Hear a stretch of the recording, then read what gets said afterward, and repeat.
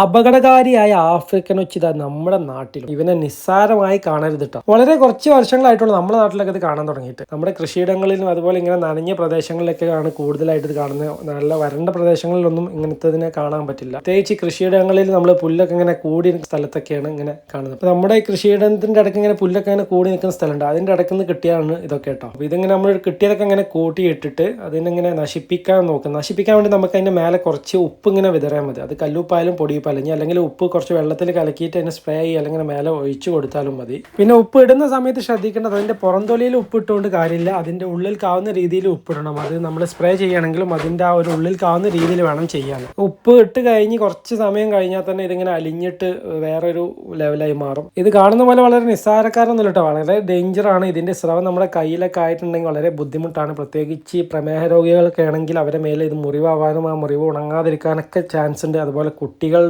മേലെ ഇതായിട്ടുണ്ടെങ്കിൽ മുറിവ് വരാനും അതുപോലെ അസുഖങ്ങൾ പടരാനും സാധ്യതയുണ്ട്. പ്രത്യേകിച്ച് അപസ്മാരം പോലത്തെ അസുഖങ്ങളുള്ള കുട്ടികളെ ഒരിക്കലും ഇതിന്റെ അടുത്തേക്ക് കൊണ്ടുവരരുത് എന്ന് പറയുന്നു. ഇതിന്റെ സ്രവം മേലായാൽ ബുദ്ധിമുട്ടാണ്. വർഷങ്ങൾക്ക് മുമ്പേ ഗവേഷണത്തിന് വേണ്ടി കൊണ്ടുവന്നതാണ് ഈ ആഫ്രിക്കൻ ഒച്ചിനെ എന്ന് പറയപ്പെടുന്നു. അതിനുശേഷം ഗവേഷണ ശേഷം അവർ അതിനെ ഉപേക്ഷിക്കുകയും അവിടെ നിന്ന് മുട്ടയിട്ട് പെരുകിയതാണെന്നും പറയപ്പെടുന്നു. എന്തായാലും ഇവനെ കണ്ടാൽ ഒന്ന് സൂക്ഷിക്കുന്നതും അതുപോലെ അതിനെ നശിപ്പിക്കുന്നതും നല്ലതാണ്. പെട്ടെന്ന് പെരുകുന്ന ഒരു ഐറ്റമാണിത്. അപ്പോൾ നമ്മൾ ചാനലൊന്ന് സബ്സ്ക്രൈബ് ചെയ്തേക്കട്ടെ, ഇതുപോലെ നല്ല നല്ല വീഡിയോസ് കിട്ടാൻ വേണ്ടിയിട്ട്. പിന്നെ വീഡിയോ ഇഷ്ടമായിട്ട് ഒന്ന് ലൈക്ക് ചെയ്തേക്ക്. ഇപ്പോൾ വീണ്ടും അടുത്തൊരു വീഡിയോ ആയിട്ട് കാണുന്നവർക്കും ബൈ.